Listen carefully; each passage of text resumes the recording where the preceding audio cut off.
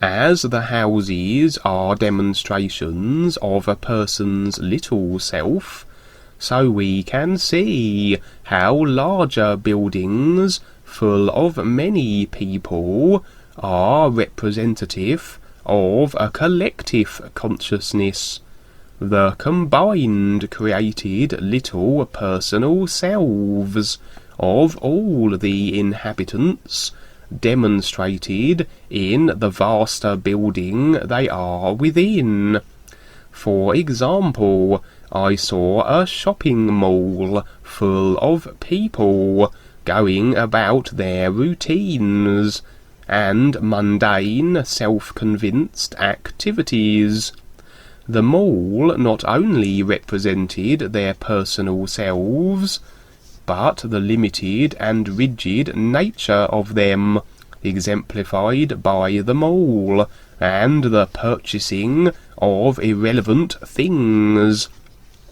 I liked the impression I had of how, as they added more and more things to their baskets, we can construe these things as ideas, the adding of more and more layers of ideas to their already very densely packed, idea overladen, created consciousnesses. The adults in the mall were very much rigid in their ways, but the children were not. They were far more open, and at an age where they had not been as indoctrinated with programmed literalism. And thus I took to the air, and flew with the children above the open-mouthed and perplexed adults, who simply stared and expressed no interest in wanting to fly themselves, and reach for something beyond what they had always known and decided for themselves. I actually demolished one end of the mall, and let the light in, the true light of the ears, beyond the construction of rigid agreed upon creational ideas that the mall represented. Perchance the occupants may see, and be intrigued, and want to step into the unknown. As we go through our adventures, we do activate cause and effect naturally, but as we are doing so from a real intent to recognize the ears, and thus it is as a benefit for ourselves and others, awareness speaking, and is backed by life and the real guides, we need not concern ourselves with the cause and effect. For those operating from this perspective, from the universal decided position of the new nowness, cause and effect no longer applies, as we are beyond creation and this future lifetime inducing principle. However, as we activate cause and effect, it does give people openings to interject and intercede. The cause affords them an opportunity to involve themselves, permitted through the effect that must follow. And so we will find the controllers and reptilians jumping to this opportunity and attempting to disrupt us on our adventures. In the mall experience, I had the agents of the dark forces attacking me, as a result of the cause and effect I activated through my activities, my showing the children how to fly, etc. Naturally, the dark forces didn't succeed. A dark force agent or reptoid cannot deal with someone standing real in the full magnitude of an awareness that exceeds their own. I don't care who they are, they will fail in their interceding objectives. As we know, houses are ideas, and also on the real side, houses or structures represent ideas. Perhaps the ideas we are clinging and agreeing to, or emotional attachments. So it follows that the destruction of these buildings suggests the removal and releasing of these old, outdated ideas and attachments. If we can't do it ourselves, the real universal guides like to assist us, assuming we agree to the removal of the taplining idea or attachment, or it is a violation of our free will decision and choice to keep these taplines. On several occasions I've had dream experiences of this nature. I've had a guide demonstrate first the means by which this is done, almost as an invitational cue to do likewise.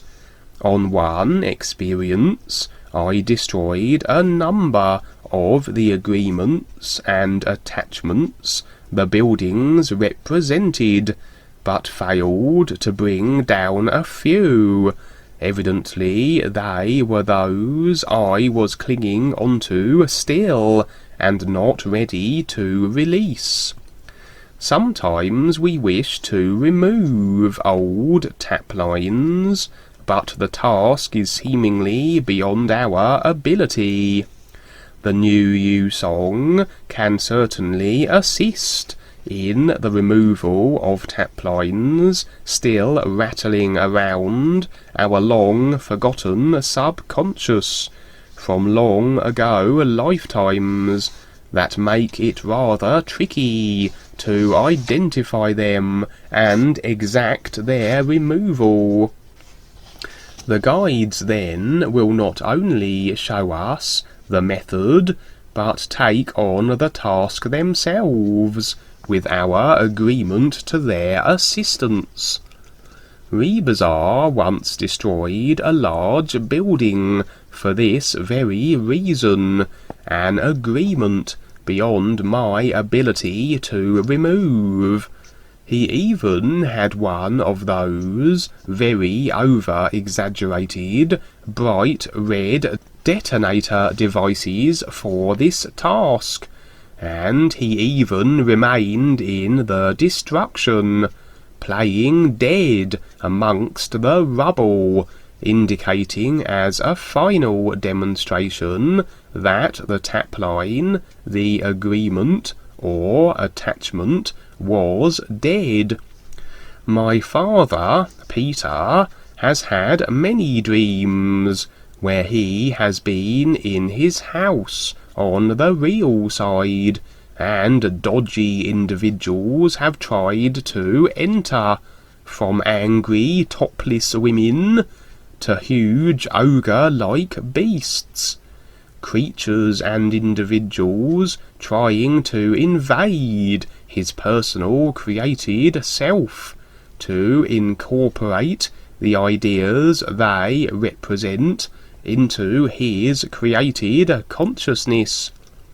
Or, on occasion, there would be real guides at his door, asking for his assistance, inviting him to leave his house effectively, evidently trying to encourage him to move beyond the confines of his created personal self a little more, to step more so into the unknown, beyond the comfort of the self-convinced self.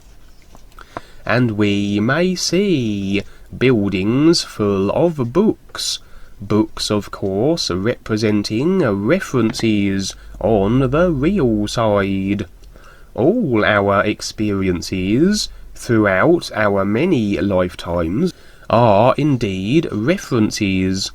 We can draw upon them at any time, if they provide a benefit to do so, but like all old experiences, they are old references, and every moment is new now, so we need not become overly attached to these old books, these old references, these old experiences and lifetimes. As references, regardless of what they reference, be they restricting creation or awareness enhancing, all is references, they are still references and not the reality that the reference refers to. It's like reading about an adventure, but not participating in it. There is a difference. So then we can see that yes, we can make use of these old references. We can remove a book to read from and perhaps draw insight from, but then we ought return it and not carry it around with us. If we cling onto these references, these old experiences, we carry them with us, like a bag of old books. They weigh us down. They are old, outdated ideas that then restrict us. We become buried in our books, and unable to recognize the true reality through all the ideas the books represent. And we can have experiences of this nature on the real side, indicating our clinging to old ideas, involving books and shelves of books. Peter, my father, had a dream where he saw a bookshelf full of books. All were empty and devoid of writings, except for one, and this one had his name on the cover. So all these books represented past lifetimes that were now irrelevant, nothing worth reading here, exemplified by the unwritten pages. But for the one book, his current lifetime, whatever he is agreeing to and emotionally attached to now, perhaps requiring a dressing, as all the other old, outdated and past lifetimes of ideas, agreements and attachments will be removed with the new you song and the guides, assuming we don't cling on to them in this lifetime, but then that is to be addressed with the book that bore his name. Books, of course, may represent the Akashic records on the astral level, or the far more expansive and reliable universal files with the ears, if you are permitted a glimpse at these, as only the most sincere and pure will be afforded a look at the universal files, as the information they contain could easily be abused for control purposes. I had a dream recently of a book-related nature. I was in a library. I recognized this to represent old ideas and references, and they were indeed only present as a backdrop. But then I realized I was dragging around a kind of trolley with books on it. So I was evidently carrying around some ideas with me. We do pick up and discard ideas all the time. We must be aware of the ideas always in our experience. We are surely bombarded with them throughout creation, and subconsciously and subliminally. And so we may inadvertently pick up an idea and agree to it, but through our awareness we can realize this, or be shown on the real side, and it's just as easy to discard the idea. On this occasion, realizing I had for whatever reason agreed to these ideas, decided to carry them around with me and add them to my created personal self, I set fire to all the books on the trolley, and they went up in a blaze of idea-eradicating flames. So as we can see, buildings are not simply structures on the real side. They represent and demonstrate far more than what our literal personal self will tell us. And even on the physical, buildings are not just as they seem. They have evolved from shelters to monumental prisons, representing convoluted and distorted ideas that, if agreed to and emotionally attached with, will have us tap-lined and returning for unconscious future lifetimes.